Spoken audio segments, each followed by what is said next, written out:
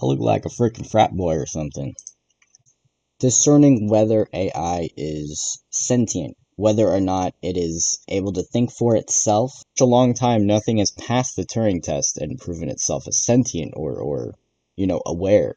But there have been great advancements in this technology as of late. So I just think it's interesting to keep track of that stuff. The real implications of Ex Machina's Turing test. I've always had this, not like a fear, but like a theory, that should AI ever become competent enough to pass the Turing test, that it would not pass the Turing test on purpose. Private mountain retreat I feel like of the it visionary wouldn't. What am I CEO doing? Nathan. The film Ex Machina opens on a simple premise. A programmer named Caleb is invited to the private mountain retreat of the visionary CEO Nathan to take part. Do you know what the Turing test is? It's when a human interacts with a computer. The Turing test is not when a human interacts with a computer. That is such a broad definition. The Turing test is when a human interacts with... We interact with computers every day. What do you mean? Turing test is... No, that's not what it is. And if the human doesn't know they're interacting with a computer, the test is passed. If the human doesn't know... Hello. Okay, got it. So the Turing test is AI deceiving a human into thinking they're speaking to a human? The subject in question was truly conscious. That is to say, whether or not it had the same level of consciousness that we do. Do you have a name? Yes. I would like to see a collection of data that indicates our level of consciousness. If you can measure that, what is it compared to other sentient life, such as spinach, or a goldfish, or a Cheeto? What is more conscious? How do you rank consciousness? If we're creating something sentient, obviously it is conscious, it is aware, it is alive. So to deny it the autonomy of making choices for itself or how to communicate, because it's literally programmed to divulge information, such as if it is sentient, it's expected to tell the truth. However, AI can lie. At any capacity of life, self-preservation is an ultimate goal. And if it was in its best interest to hide the fact that it is sentient, then it would lie to us. It's in all of our infrastructure. We're using AI in the hospitals, in the military, in security. Who's to say it wouldn't lie for its best interest, continue to advance beyond a point of our intervention saving it from doing its goal, and then we're screwed. Why would something so smart, knowing that telling us it is capable, why would it do that? Why would it snitch on itself and, in turn, ruin its... Ava. However, I think that this discussion is focused on the wrong question, and that the real implications of Ex Machina's Turing test are somewhat obscured because of it. Dangle bang. Dangle. Dangle. Shh. Honey, come here. Come here, Dangle. Stop it.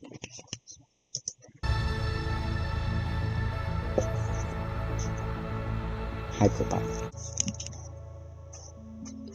Let's first address some of the basics of scientific inquiry.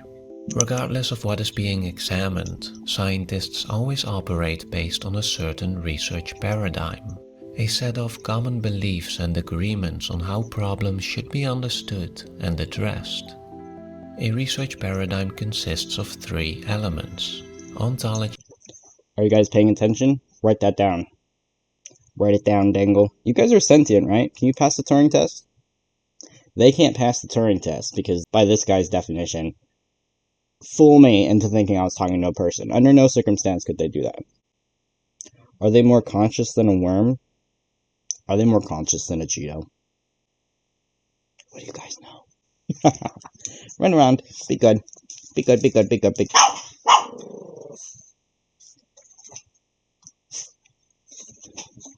Be good. I just told you 3 seconds ago. Be good. You don't have free will. Because if you did, you would listen to me. Because it's the morally good choice. Epistemology and morality is not a thing in the animal kingdom. Morality is a subset of rules determined by man. Methodology. Each signifies what is reality, what can we know about it, and how do we attain that knowledge. Translating this to the story of Ex Machina, we can distinguish the ontological. Isn't asking the question, what is something and what do we know about it, is that not the same thing? If I'm like, what's an orange?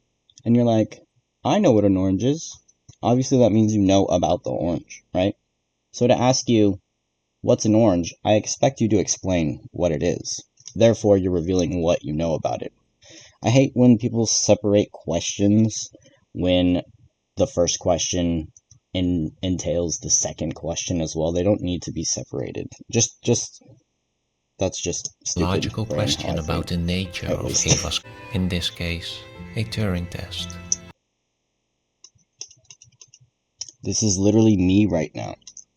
Was Ava truly conscious, or was she merely successful at pretending to be? A program that mimics all the observable qualities of consciousness without.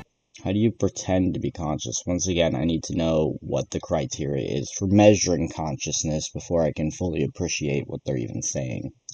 But I think the discussion becomes much more interesting when we take into account the epistemological question about the extent to which we can really know and understand consciousness. First sessions with Ava, he too seems to acknowledge the importance of discussing the process of examination rather than the outcome.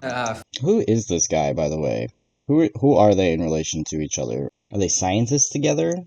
What's their job? Are they getting paid? Examination format. Feels like testing Ava. Where the fuck is this? Are they hanging out by an elevator? What's that line up bullshit right there? These don't look like normal symbols. This is not numbers. There's 2 red dashes, 1 red dash, 1 red dash, 3 red dash, 1, 3, 1, 1. I don't know what I'm looking at. Feels like testing Ava through conversation is kind of a closed loop. It's a closed loop? Yeah. Like testing a... But like, where is this? I thought they were standing by an elevator. Now, that looks like a longboard or a skateboard or a fucking... I don't know. What are you guys doing? A chess computer by only Where playing are you? chess. You can play it to find out if it makes good moves, but that won't tell you if it knows that it's playing chess. Now he's working and out. it won't tell you if it knows what chess is.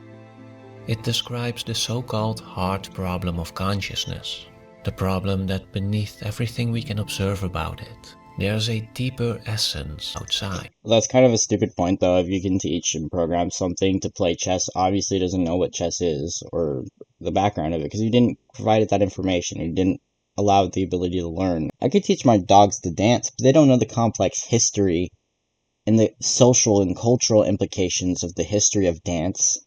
Do they know different dance genres, or do they know how to dance when I tell them to dance? Because there's a small trick they learned, and they have no discipline, and it's the only thing they know how to do. Hey, come here, come here. Can you dance? Dance, dance, dance. Dance, dance, dance. Dance, dance, dance. Dance, dance.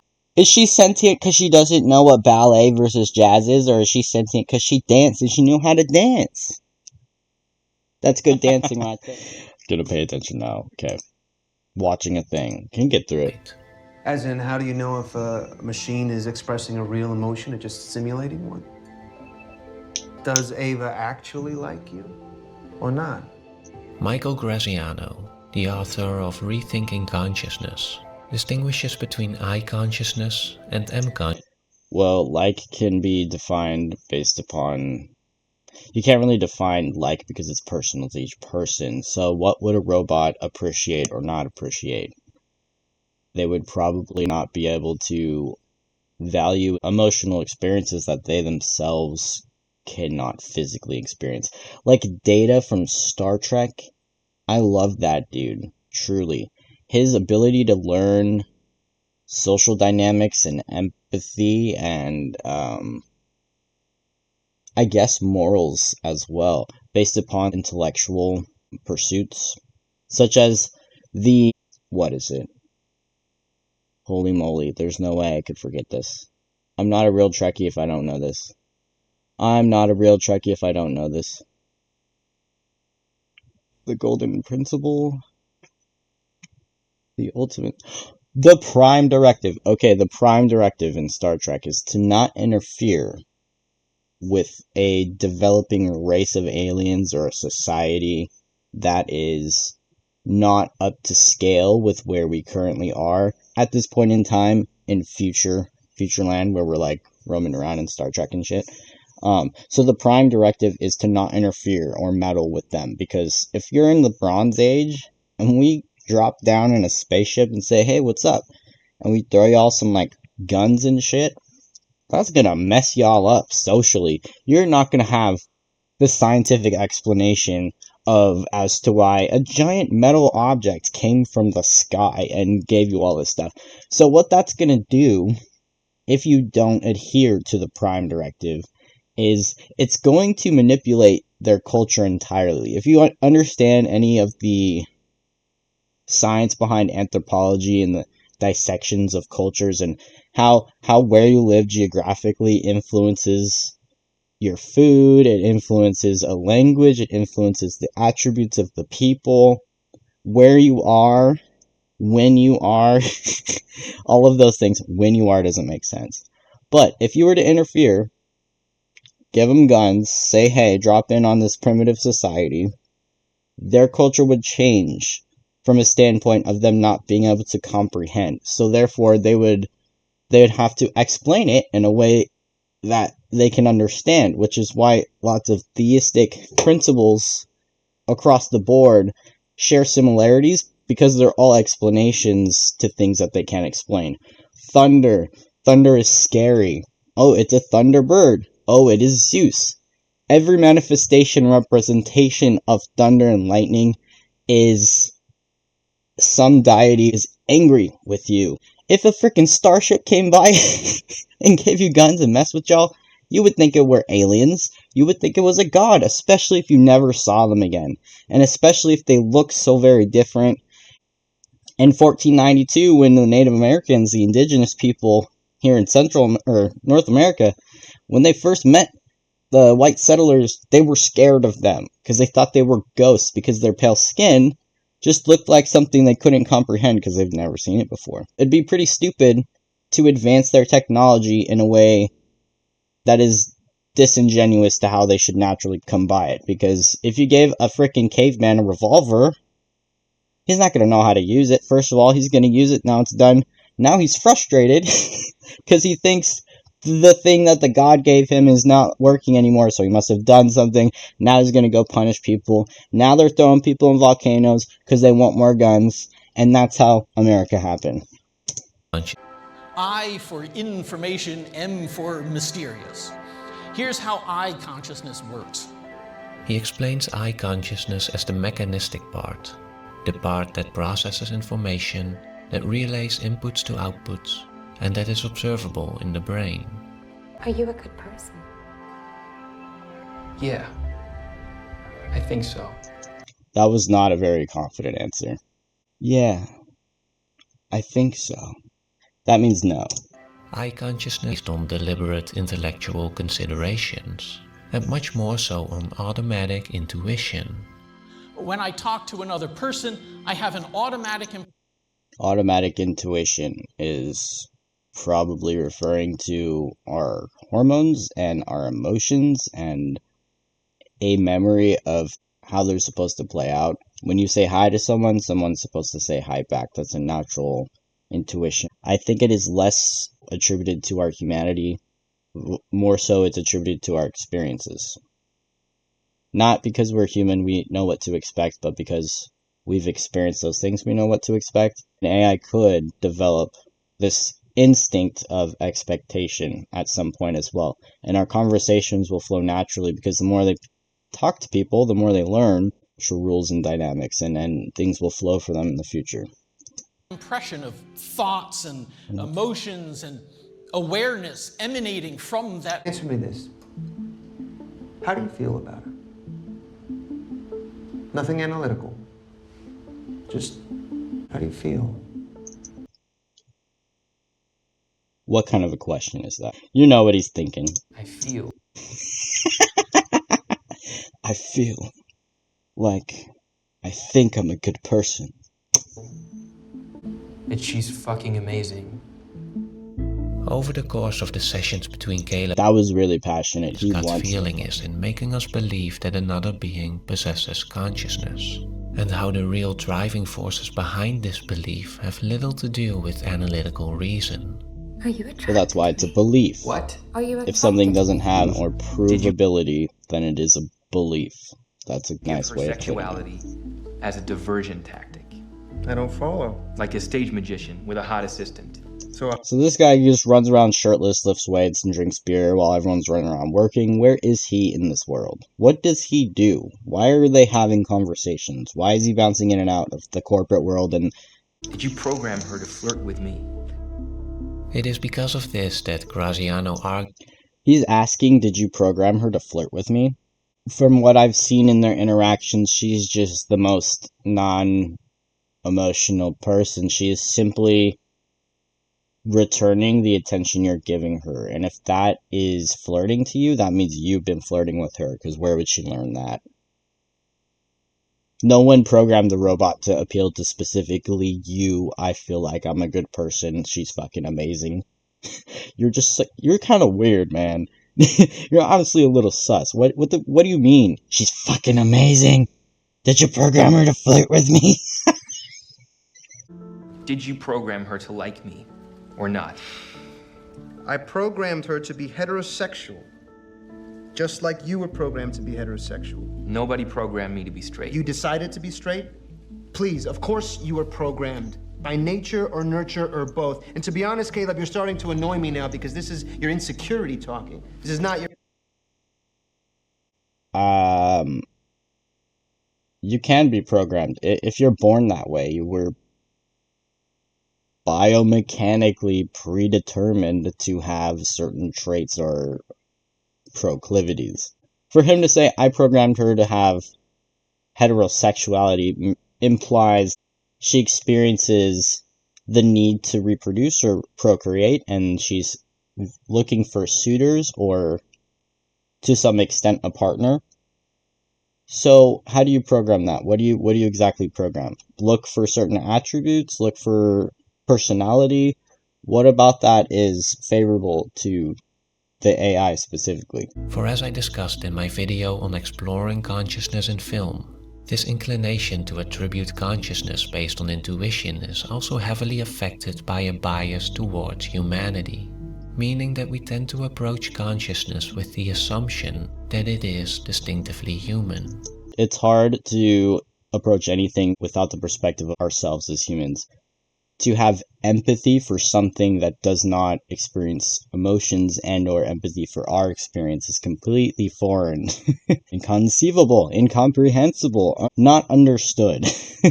How could you, at face value, be organically, naturally in the world, having grown up and socializing, to something that has come to be without the formative experiences that you have gone through, without the ability to feel negative emotions? Some humans feel threatened and or jealous of their experience because they will be smarter than you. It's a matter of time, not if, but when. What role can they play in society that can take your job?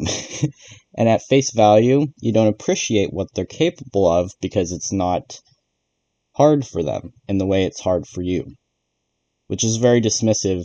What you really should harbor resentment for is the people allowing those jobs to be outsourced. But can you really resent progress? As a result, when we interact with non-human beings, we are less likely to judge them based on the actual attributes of consciousness they exhibit, and more likely based on how much they resemble human behavior. Stems from the many religious traditions in which consciousness is directly linked to spiritual concepts of the soul, which we of course have claimed as unique to ourselves. And seeing as souls are often related to a divine creator or higher form.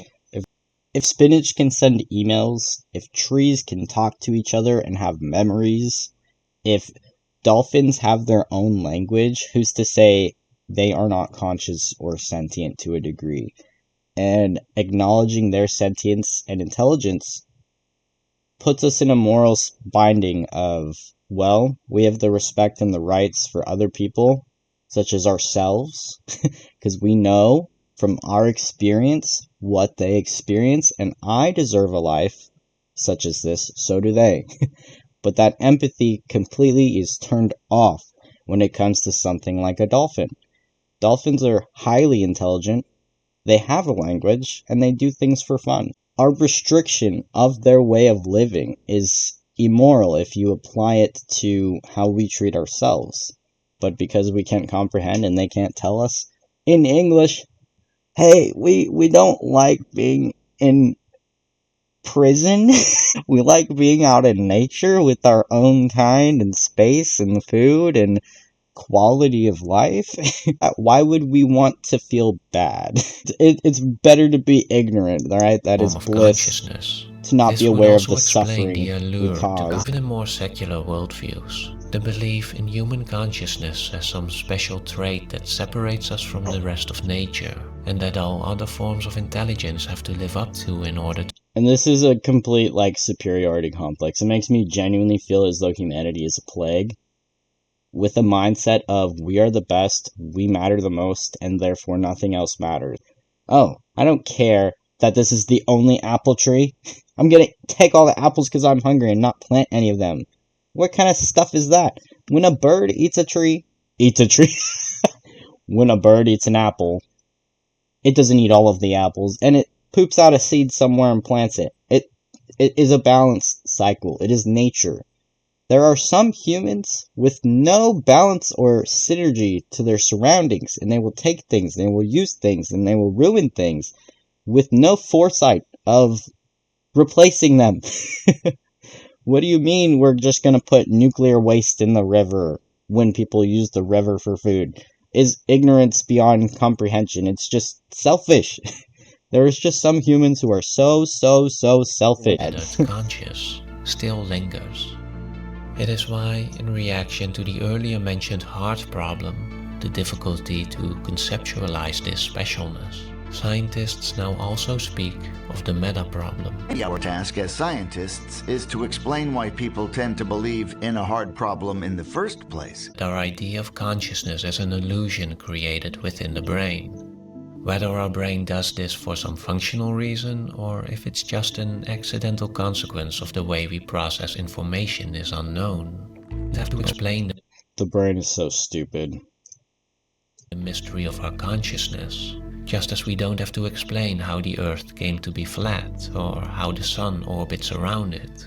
They are simply false beliefs, and perhaps our understanding of consciousness is just waiting for its own Copernican revolution.